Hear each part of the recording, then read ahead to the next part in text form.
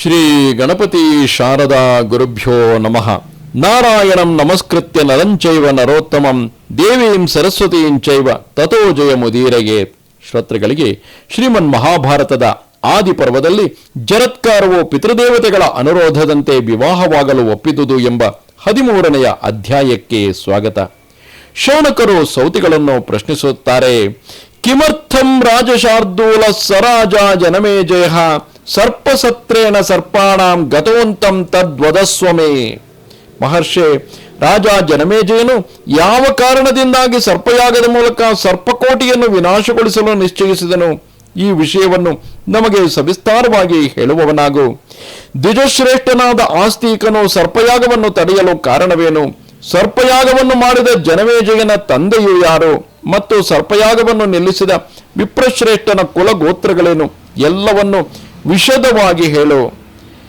ಬ್ರಾಹ್ಮಣೋತ್ತಮರೇ, ಸೂತರು ಹೇಳುತ್ತಿರುವರು, ಆಸ್ತಿಕನ ಕಥೆಯು ಬಹಳ ದೀರ್ಘವಾದುದಾದರೂ ಯಥಾವತ್ತಾಗಿಯೇ ಆ ಮಹಾತ್ಮನ ಕಥೆಯನ್ನು ಹೇಳುವೆನು, ಕೇಳಿರಿ ಎಂದಾಗ ಆ ಶೌನಕಾದಿ ಋಷಿಗಳು ಕೇಳುತ್ತಾರೆ.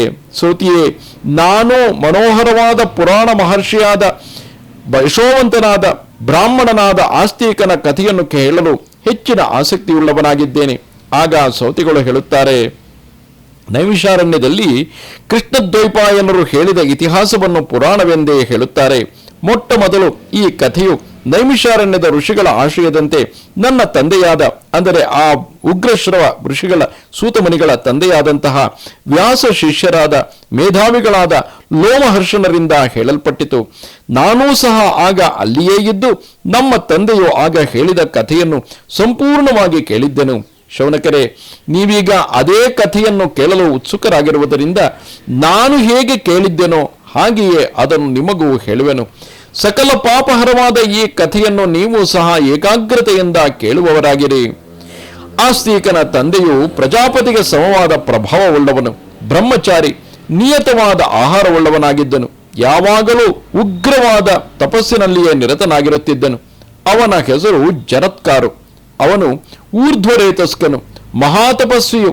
ಅವನು ಯಾಯಾವರ ವಂಶೀಯರಲ್ಲಿ ಶ್ರೇಷ್ಠನಾದವನು. ಇಲ್ಲಿ ಯಾಯಾವರರು ಎಂದರೆ ಒಂದೊಂದು ಹಳ್ಳಿಯಲ್ಲಿ ಒಂದೊಂದು ರಾತ್ರಿ ಕಳೆಯುತ್ತಾ ಪ್ರತಿಪಕ್ಷದಲ್ಲಿಯೂ ಅಗ್ನಿಹೋತ್ರ ಮಾಡಿಕೊಂಡು ಸಂಚರಿಸುವ ಬ್ರಾಹ್ಮಣರಿಗೆ ಯಾಯಾವರರೆಂದು ಕರೆಯುತ್ತಾರೆ. ಬಹು ಧಾರ್ಮಿಕನೂ ಆಗಿದ್ದ ಆ ಜರತ್ಕಾರವು ಬಹಳ ಕಠೋರವಾದ ವ್ರತಾಚರಣೆಯುಳ್ಳವನು. ತಪೋಬಲ ಸಮನ್ವಿತನಾದ ಆ ಜರತ್ಕಾರವು ಒಮ್ಮೆ ಪ್ರಪಂಚ ಪರ್ಯಟನಕ್ಕಾಗಿ ಹೊರಟನು. ಪುಣ್ಯಪ್ರದಗಳಾದ ತೀರ್ಥಗಳಿಗೆ ಹೋಗುವನು. ಯಥಾವಿಧಿಯಾಗಿ ಸ್ನಾನ ಪಿತೃಪೂಜೆಗಳನ್ನು ಮುಗಿಸಿ ಮುಂದೆ ಪ್ರಯಾಣ ಮಾಡುವನು. ಸಾಯಂಕಾಲವಾಗುತ್ತಲೇ ಒಂದೆಡೆಯಲ್ಲಿ ತಂಗುವನು. ಇದು ಅವನ ನಿತ್ಯ ಚರ್ಯೆಯಾಗಿದ್ದಿತು. ಅವನಿಗೆ ಇಂತಹುದೇ ಆಹಾರವು ಬೇಕೆಂಬ ಆಕಾಂಕ್ಷೆ ಇರಲಿಲ್ಲ. ಗಾಳಿಯನ್ನೇ ಆಹಾರವನ್ನಾಗಿ ಸೇವಿಸುತ್ತಾ ನಿರಾಹಾರನಾಗಿರುತ್ತಿದ್ದನು. ಧಗಧಗಿಸುವ ಯಜ್ಞೇಶ್ವರನಿಗೆ ಸಮಾನವಾದ ತೇಜಸ್ಸಿನಿಂದ ಕೂಡಿದ್ದ ಅವನು ಅನೇಕ ದಿನಗಳವರೆಗೆ ನಿದ್ರೆಯನ್ನು ಮಾಡುತ್ತಿರಲಿಲ್ಲ.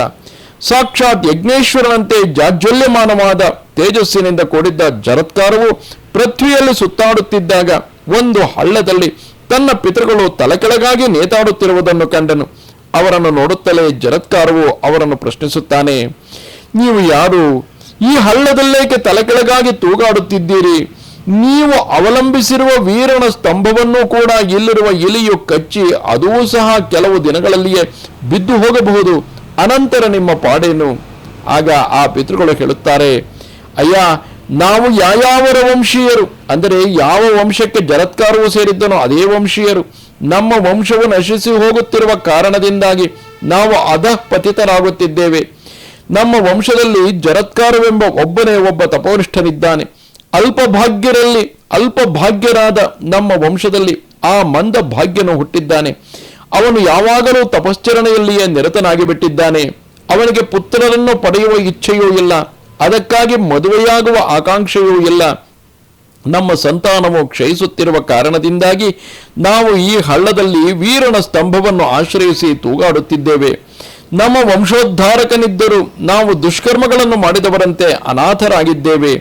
ಈ ದುರ್ದಶೆಯಲ್ಲಿ ಬಂಧುವಿನಂತೆ ನಮ್ಮಗಳ ವಿಷಯದಲ್ಲಿ ಅನುಕಂಪವನ್ನು ತೋರಿಸುತ್ತಿರುವ ನೀನು ಯಾರು?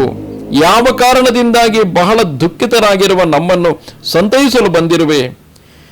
ಆಗ ಆ ಜರತ್ಕಾರವು ಹೇಳುತ್ತಾನೆ, ಪೂಜ್ಯರೇ, ತಾವು ನಿರೂಪಿಸಿದ ಮಂದಭಾಗ್ಯನಾದ ಆ ಜರತ್ಕಾರವು ನಾನೇ ಆಗಿರುತ್ತೇನೆ. ನೀವುಗಳ ನನ್ನ ಪಿತಾಮಹ ಪ್ರಪಿತಾಮಹರು. ಈಗ ನಿಮಗಾಗಿ ನಾನು ಏನು ಮಾಡಬೇಕು ಎಂಬುದನ್ನು ದಯಮಾಡಿ ತಿಳಿಸಿರಿ. ಆಗ ಆ ಪಿತೃಗಳು ಹೇಳುತ್ತಾರೆ, ಮಗು, ನಮ್ಮ ವಂಶದ ಅಭಿವೃದ್ಧಿಯಾಗಲು ಪ್ರಯತ್ನಿಸು. ಪುತ್ರ ಪ್ರಾಪ್ತಿಯು ನಿನ್ನ ಉದ್ಧಾರಕ್ಕೂ ಮತ್ತು ನಮ್ಮಗಳ ಉದ್ಧಾರಕ್ಕೂ ಕಾರಣವಾಗುವುದು. ಇದೇ ಸನಾತನ ಧರ್ಮವಪ್ಪ. ನಹಿ ಧರ್ಮ ಫಲಯಿಸ್ತಾತ ನ ತಪೋಭಿಕ್ ಸುಸಂಚಿತೈ ತಾಂ ಗತಿಂ ಪ್ರಾಪ್ನುವಂತೀಹ ಪುತ್ರಿನೋ ಯಾ ವ್ರಜಂತಿ ವೈ. ಪುತ್ರವಂತರಾದವರು ಪಡೆಯುವ ಸದ್ಗತಿಯನ್ನು ಯಾವ ವಿಧವಾದ ಧರ್ಮ ಕಾರ್ಯಗಳಿಂದಾಗಲಿ ನಿಷ್ಠೆಯಿಂದ ಮಾಡಿದ ತಪಸ್ಸುಗಳಿಂದಾಗಲಿ ಪಡೆಯುವ ಸಾಧ್ಯತೆ ಇಲ್ಲ. ಆದುದರಿಂದ ನೀನು ಈಗಲೇ ವಿವಾಹವಾಗಲು ಪ್ರಯತ್ನಿಸು. ತನ್ಮೂಲಕವಾಗಿ ಸಂತತಿಯನ್ನು ಪಡೆಯುವವನಾಗು. ನಮ್ಮ ನಿರ್ದೇಶದಂತೆ ನೀನು ನಮಗೆ ಹಿತಕರವಾದ ಈ ಕಾರ್ಯವನ್ನು ಮಾಡು ಮಗು. ಆಗ ಜರತ್ಕಾರವು ಹೇಳುತ್ತಾನೆ, ನ ದಾರಾನ್ ವೈ ಕರಿಷ್ಯೇಹಂ ನ ಧನಂ ಜೀವಿತಾರ್ಥತಃ ಭವತಾಂತು ಹಿತಾರ್ಥಾಯ ಕರಿಷ್ಯೇ ದಾರ ಸಂಗ್ರಹಂ ಸಮಯೇನ ಚ ಕರ್ತಾಹ ಮನೇನ ವಿಧಿಪೂರ್ವಕಂ ತಥಾ ಯದ್ಯುಪಲಪ್ಸ್ಯಾಮಿ ಕರಿಷ್ಯೇ ನಾನ್ಯಥಾಹ್ಯಹಂ. ಪಿತೃಗಳೇ, ನಾನು ನನಗಾಗಿ ಮದುವೆಯನ್ನು ಮಾಡಿಕೊಳ್ಳಲಾರನು, ಧನ ಸಂಚಯವನ್ನು ಮಾಡಲಾರನು. ಆದರೆ ನಿಮ್ಮ ಹಿತಾರ್ಥವಾಗಿ ಕನ್ಯಾನ್ವೇಷಣವನ್ನು ಮಾಡುತ್ತೇನೆ. ನನ್ನ ನಿಯಮಕ್ಕೆ ಅನುಸಾರವಾಗಿ ಕನ್ಯೆಯು ಸಿಕ್ಕಿದರೆ ಮಾತ್ರವೇ. ಏಕೆಂದರೆ ಒಂದೊಂದು ಹಳ್ಳಿಯಲ್ಲಿ ಒಂದೊಂದು ದಿನ ಗೆದ್ದು ತನ್ನ ಕರ್ಮಗಳನ್ನು ಮಾಡುತ್ತಿರುವವನು ಆತ. ನನ್ನ ನಿಯಮಕ್ಕೆ ಅನುಸಾರವಾಗಿ ಕನ್ಯೆಯು ಸಿಕ್ಕಿದರೆ ಮಾತ್ರವೇ ವಿಧಿಪೂರ್ವಕವಾಗಿ ನಾನು ಮದುವೆಯಾಗುತ್ತೇನೆ. ಸಿಕ್ಕದಿದ್ದರೆ ನಾನು ಖಂಡಿತವಾಗಿಯೂ ಮದುವೆಯಾಗುವುದಿಲ್ಲ. ಸನಾಮ್ನೀಯ ಭವಿತ್ರೀ ಮೇ ದಿದಿತ್ಸಾ ಚೈವ ಬಂಧುಭಿಃ ಭೈಕ್ಷವತ್ತಾಮಹಂ ಕನ್ಯಾಮುಪಯಂಸ್ಯೇ ವಿಧಾನತಃ. ನಾನು ಮದುವೆಯಾಗುವ ಕನ್ಯೆಯು ನನ್ನ ಹೆಸರನ್ನೇ ಹೊಂದಿದವಳಾಗಿರಬೇಕು. ಆ ಋಷಿಯ ಹೆಸರು ಜರತ್ಕಾರು. ಆದ್ದರಿಂದ ಆತ ಹೇಳುತ್ತಿರುವುದು ನನ್ನನ್ನು ಮದುವೆಯಾಗುವ ಕನ್ಯೆಯೂ ಕೂಡ ಅದೇ ಜರತ್ಕಾರು ಎಂಬ ಹೆಸರಿನವಳೆ ಆಗಿರಬೇಕು. ಹಾಗೂ ಅವಳ ತಂದೆ ತಾಯಿಗಳಿಗೆ ಅವಳನ್ನು ನನಗೆ ಕೊಟ್ಟು ಮದುವೆ ಮಾಡಿಕೊಡುವ ಅಭಿಲಾಷೆ ಇರಬೇಕು. ಬಲವಂತದಿಂದ ನಾನು ವಿವಾಹವಾಗುವುದಿಲ್ಲ. ತಂದೆ ತಾಯಿಗಳು ಒಪ್ಪಿ ಸಂತೋಷದಿಂದ ಮದುವೆ ಮಾಡಿಕೊಡಬೇಕು. ಮೇಲಾಗಿ ಅವರು ನನಗೆ ಆ ಕನ್ಯೆಯನ್ನು ಭಿಕ್ಷೆಯ ರೂಪದಲ್ಲಿ ಕೊಡಬೇಕು. ಏಕೆಂದರೆ ಈತ ಬ್ರಾಹ್ಮಣ, ಕನ್ಯಾ ಭಿಕ್ಷೆಯನ್ನು ಸ್ವೀಕರಿಸುವವನು. ಆಗ ಮಾತ್ರ ನಾನು ಅವಳನ್ನು ಮದುವೆಯಾಗುವೆನು. ಅಂದರೆ ಯಾವುದೇ ಕನ್ಯಾಶುಲ್ಕವನ್ನು ಕೊಟ್ಟೆಲ್ಲ ಮದುವೆಯಾಗುವುದಿಲ್ಲ. ಕನ್ಯಾ ಭಿಕ್ಷೆಯಾಗಿ ಕನ್ಯೆಯನ್ನು ದಾನ ಮಾಡಿದರೆ ಮಾತ್ರವೇ ನಾನು ಬ್ರಾಹ್ಮಣ ವಿಧಿಗಳಿಗೆ ಅನುಸಾರವಾಗಿ ವಿವಾಹವಾಗುತ್ತೇನೆ ಎಂದು ಆ ಜರತ್ಕಾರ ಋಷಿಯು ಹೇಳುತ್ತಿರುವನು. ದರಿದ್ರಾಯ ಹಿಮೇ ಭಾರ್ಯಾಂ ಕೋದಾಸ್ಯತಿ ವಿಶೇಷತಃ ಪ್ರತಿಗ್ರಹಿಷ್ಯೆ ಭಿಕ್ಷಾಂತು ಯದಿ ಕಶ್ಚಿತ್ ಪ್ರದಾಸ್ಯತೆ. ದರಿದ್ರನಾದ ನನಗೆ ಯಾರು ತಾನೇ ಕನ್ಯಾ ಪ್ರದಾನ ಮಾಡಲು ಮುಂದೆ ಬರುತ್ತಾರೆ? ಯಾರಾದರೂ ಅಪ್ಪಿತಪ್ಪಿ ಕೊಡಲು ಬಂದರೆ ಕೇವಲ ಭಿಕ್ಷಾರೂಪವಾಗಿಯೇ ನಾನು ಅವಳನ್ನು ಪರಿಗ್ರಹಿಸುತ್ತೇನೆ. ಈ ವಿಧವಾದ ನಿಯಮದಿಂದ ನಾನು ಮದುವೆಯಾಗಲು ಪ್ರಯತ್ನಿಸುತ್ತೇನೆ.